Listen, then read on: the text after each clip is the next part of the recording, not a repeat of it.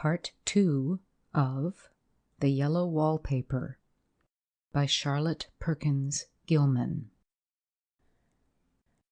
It is so hard to talk with John about my case, because he is so wise, and because he loves me so.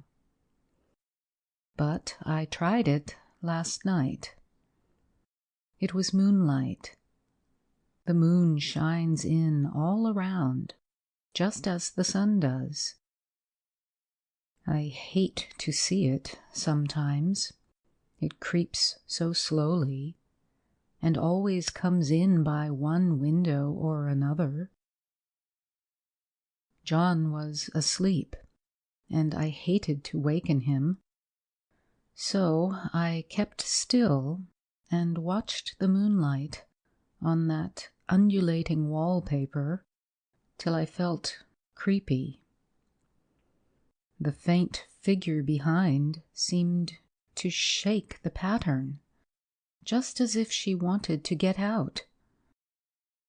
I got up softly and went to feel and see if the paper did move, and when I came back, John was awake. "What is it, little girl?" he said. "Don't go walking about like that. You'll get cold." I thought it was a good time to talk, so I told him that I really was not gaining here, and that I wished he would take me away. "Why, darling," said he, "our lease will be up in 3 weeks, and I can't see how to leave before. The repairs are not done at home, and I cannot possibly leave town just now. Of course, if you were in any danger, I could and would. But you really are better, dear, whether you can see it or not. I am a doctor, dear, and I know. You are gaining flesh and color. Your appetite is better. I feel really much easier about you. I don't weigh a bit more," said I, "nor as much. And my appetite may be better in the evening when you are here, but it is worse in the morning when you are away." "Bless her little heart," said he, with a big hug. "She shall be as sick as she pleases. But now let's improve the shining hours by going to sleep and talk about it in the morning." "And you won't go away?" I asked, gloomily. "Why, how can I, dear? It is only 3 weeks more, and then we will take a nice little trip of a few days, while Jenny is getting the house ready. Really, dear, you are better." "Better in body, perhaps," I began, and stopped short, for he sat up straight and looked at me with such a stern, reproachful look that I could not say another word. "My darling," said he, "I beg of you, for my sake, and for our child's sake, as well as for your own, that you will never, for 1 instant, let that idea enter your mind. There is nothing so dangerous, so fascinating, to a temperament like yours. It is a false and foolish fancy. Can you not trust me as a physician when I tell you so?" So, of course, I said no more on that score, and we went to sleep before long.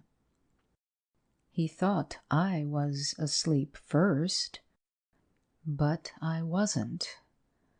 I lay there for hours, trying to decide whether that front pattern and the back pattern really did move together or separately. On a pattern like this, by daylight, there is a lack of sequence, a defiance of law that is a constant irritant to a normal mind. The color is hideous enough, and unreliable enough, and infuriating enough, but the pattern is torturing. You think you have mastered it, but just as you get well underway in following, it turns a back somersault, and there you are. It slaps you in the face, knocks you down, and tramples upon you. It is like a bad dream. The outside pattern is a florid arabesque, reminding one of a fungus. If you can imagine a toadstool in joints, an interminable string of toadstools, budding and sprouting in endless convolutions, why, that is something like it. That is, sometimes. There is one marked peculiarity about this paper, a thing nobody seems to notice but myself, and that is that it changes as the light changes. When the sun shoots in through the east window, I always watch for that first long, straight ray. It changes so quickly that I never can quite believe it. That is why I watch it, always. By moonlight, the moon shines in all night when there is a moon, I wouldn't know it was the same paper. At night, in any kind of light, in twilight, candlelight, lamplight, and, worst of all, by moonlight, it becomes bars. The outside pattern, I mean, and the woman behind it is as plain as can be.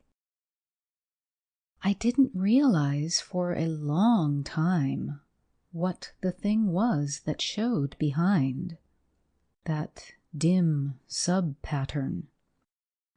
But now I am quite sure it is a woman. By daylight she is subdued, quiet. I fancy it is the pattern that keeps her so still. It is so puzzling. It keeps me quiet by the hour. I lie down ever so much now. John says it is good for me, and to sleep all I can. Indeed, he started the habit by making me lie down for an hour after each meal. It is a very bad habit, I am convinced. For, you see, I don't sleep, and that cultivates deceit, for I don't tell them I am awake. Oh, no. The fact is, I am getting a little afraid of John. He seems very queer sometimes, and even Jenny has an inexplicable look. It strikes me occasionally, just as a scientific hypothesis, that perhaps it is the paper. I have watched John when he did not know I was looking, and come into the room suddenly on the most innocent excuses, and I have caught him several times looking at the paper. And Jenny, too. I caught Jenny with her hand on it once. She didn't know I was in the room, and when I asked her in a very quiet voice, with the most restrained manner possible, what she was doing with the paper, she turned around as if she had been caught stealing, and looked quite angry, asked me why I should frighten her so. Then she said that the paper stained everything it touched, that she had found yellow smooches on all my clothes and John's, and she wished we would be more careful. Did not that sound innocent? But I know she was studying that pattern, and I am determined that nobody shall find it out but myself. Life is very much more exciting now than it used to be. You see, I have something more to expect, to look forward to watch.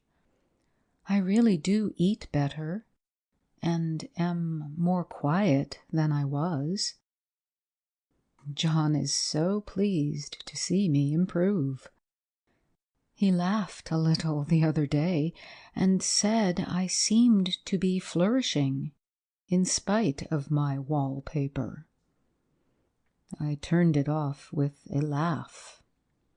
I had no intention of telling him it was because of the wallpaper. He would make fun of me. He might even want to take me away. I don't want to leave now until I have found it out. There is a week more, and I think that will be enough. I'm feeling ever so much better.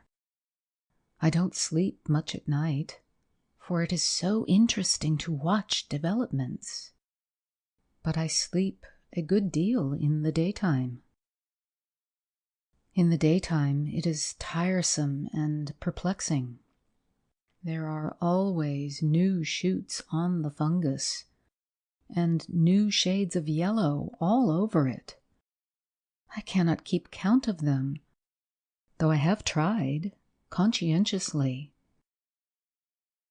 It is the strangest yellow, that wallpaper. It makes me think of all the yellow things I ever saw. Not beautiful ones like buttercups, but old, foul, bad yellow things. But there is something else about that paper. The smell. I noticed it the moment we came into the room, but with so much air and sun, it was not bad. Now we have had a week of fog and rain, and whether the windows are open or not, the smell is here. It creeps all over the house. I find it hovering in the dining room, skulking in the parlor, hiding in the hall, lying in wait for me on the stairs. It gets into my hair.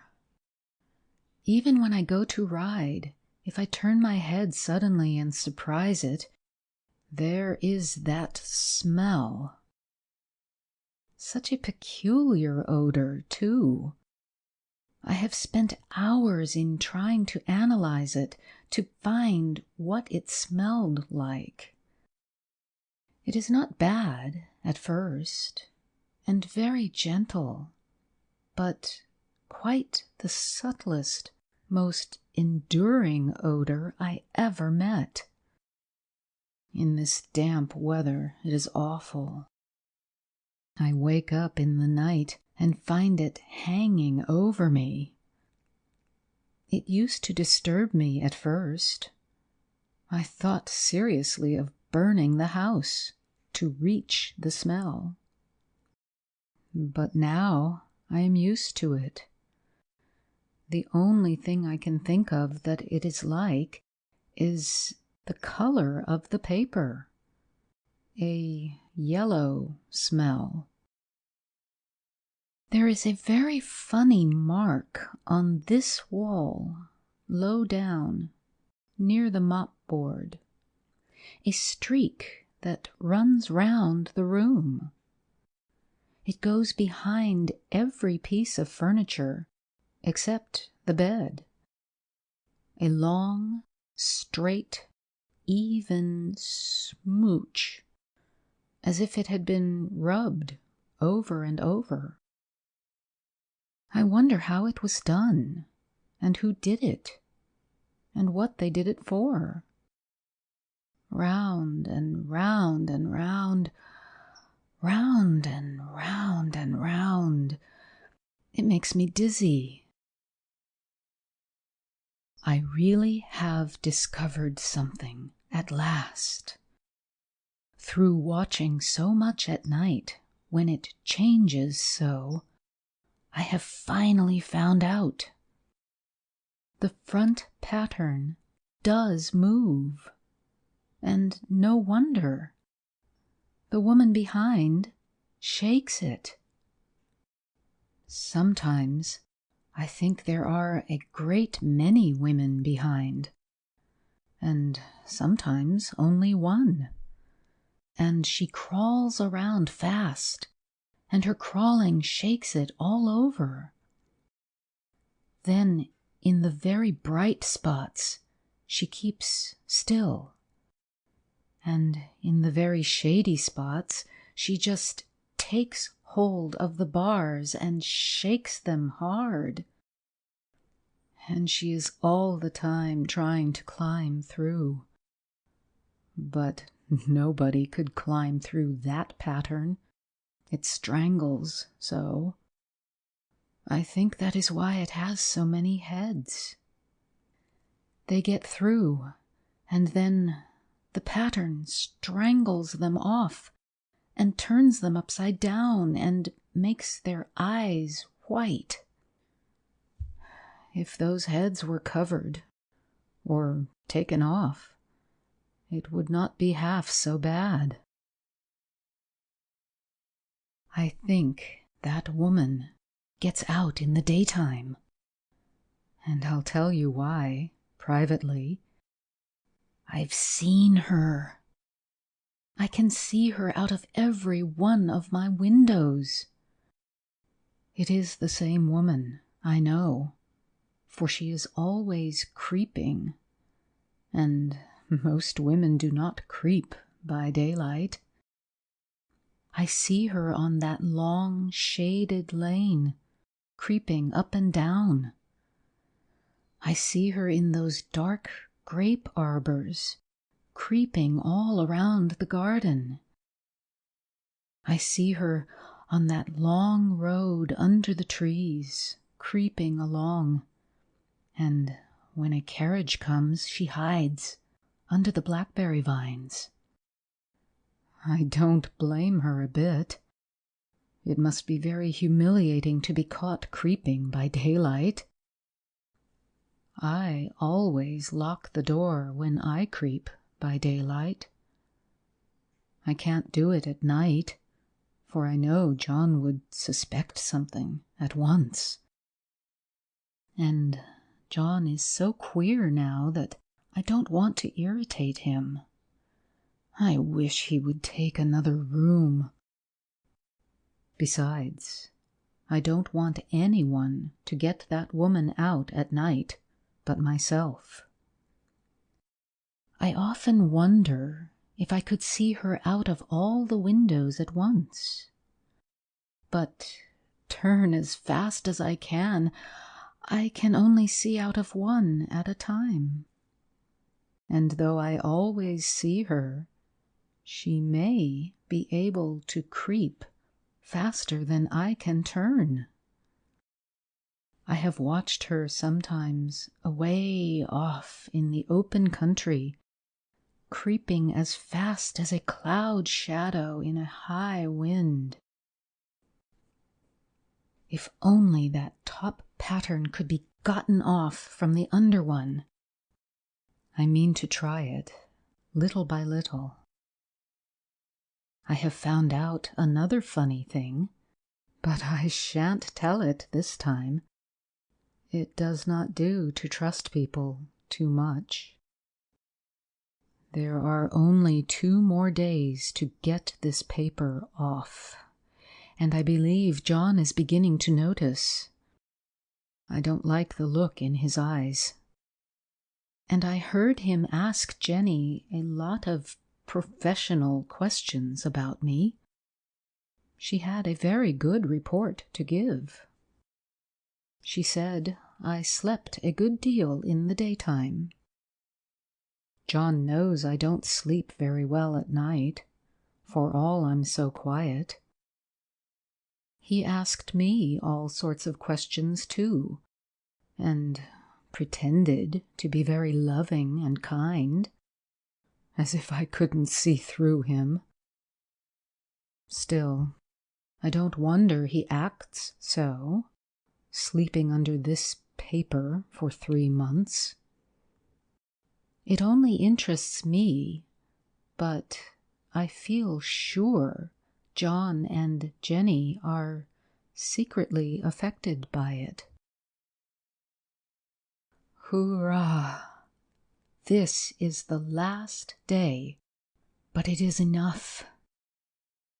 John is to stay in town overnight and won't be out until this evening. Jenny wanted to sleep with me, the sly thing, but I told her I should undoubtedly rest better for a night all alone. That was clever, for really, I wasn't alone a bit. As soon as it was moonlight, and that poor thing began to crawl and shake the pattern, I got up and ran to help her. I pulled, and she shook. I shook, and she pulled. And before morning, we had peeled off yards of that paper. A strip about as high as my head, and half around the room. And then, when the sun came, and that awful pattern began to laugh at me, I declared I would finish it today. We go away tomorrow, and they are moving all my furniture down again to leave things as they were before. Jenny looked at the wall in amazement, but I told her merrily that I did it out of pure spite at the vicious thing. She laughed and said she wouldn't mind doing it herself, but I must not get tired. How she betrayed herself that time! But I am here, and no person touches this paper but me, not alive. She tried to get me out of the room. It was too patent. But I said it was so quiet and empty and clean now that I believed I would lie down again and sleep all I could, and not to wake me, even for dinner. I would call when I woke. So now she is gone, and the servants are gone, and the things are gone, and there is nothing left but that great bedstead nailed down with the canvas mattress we found on it. We shall sleep downstairs tonight and take the boat home tomorrow. I quite enjoy the room, now it is bare again. How those children did tear about here! This bedstead is fairly gnawed. But I must get to work. I have locked the door and thrown the key down into the front path. I don't want to go out, and I don't want to have anybody come in till John comes. I want to astonish him. I've got a rope up here that even Jenny did not find. If that woman does get out and tries to get away, I can tie her. But I forgot. I could not reach far without anything to stand on. This bed will not move. I've tried to lift and push it until I was lame, and then I got so angry I bit a little piece at one corner, but it hurt my teeth. Then I pulled off all the paper I could reach, standing on the floor. It sticks horribly, and the pattern just enjoys it. All those strangled heads and bulbous eyes and waddling fungus growths just shriek with derision. I am getting angry enough to do something desperate. To jump out of the window would be admirable exercise, but the bars are too strong even to try. Besides, I wouldn't do it. Of course not. I know well enough that a step like that is improper and might be misconstrued. I don't like to look out of the windows even. There are so many of those creeping women, and they creep so fast. I wonder if they all come out of that wallpaper, as I did. But I am securely fastened now by my well-hidden rope. You don't get me out in the road there. I suppose I shall have to get back behind the pattern when it comes night, and that is hard. It is so pleasant to be out in this great room and creep around as I please. I don't want to go outside. I won't, even if Jenny asks me to. For outside, you have to creep on the ground, and everything is green instead of yellow. But here, I can creep smoothly on the floor, and my shoulder just fits in that long smooch around the wall, so I cannot lose my way. Why, there's John at the door. It is no use, young man. You can't open it. How he does call and pound. Now he's crying for an axe. It would be a shame to break down that beautiful door. John, dear, said I in the gentlest voice, the key is down by the front steps, under a plantain leaf. That silenced him for a few moments. Then he said, very quietly indeed, "Open the door, my darling." "I can't," said I. "The key is down by the front door, under a plantain leaf." And then I said it again, several times, very gently and slowly, and said it so often that he had to go and see, and he got it, of course, and came in. He stopped short by the door. "What is the matter?" he cried. "For God's sake, what are you doing?" I kept on creeping just the same, but I looked at him over my shoulder. "I've got out at last," said I, "in spite of you and Jane. And I've pulled off most of the paper, so you can't put me back.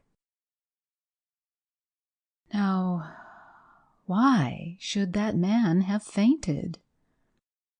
But he did, and right across my path by the wall, so that I had to creep over him every time." End of Part 2. End of The Yellow Wallpaper. Recording by Louise J. Bell. Sebastopol, California.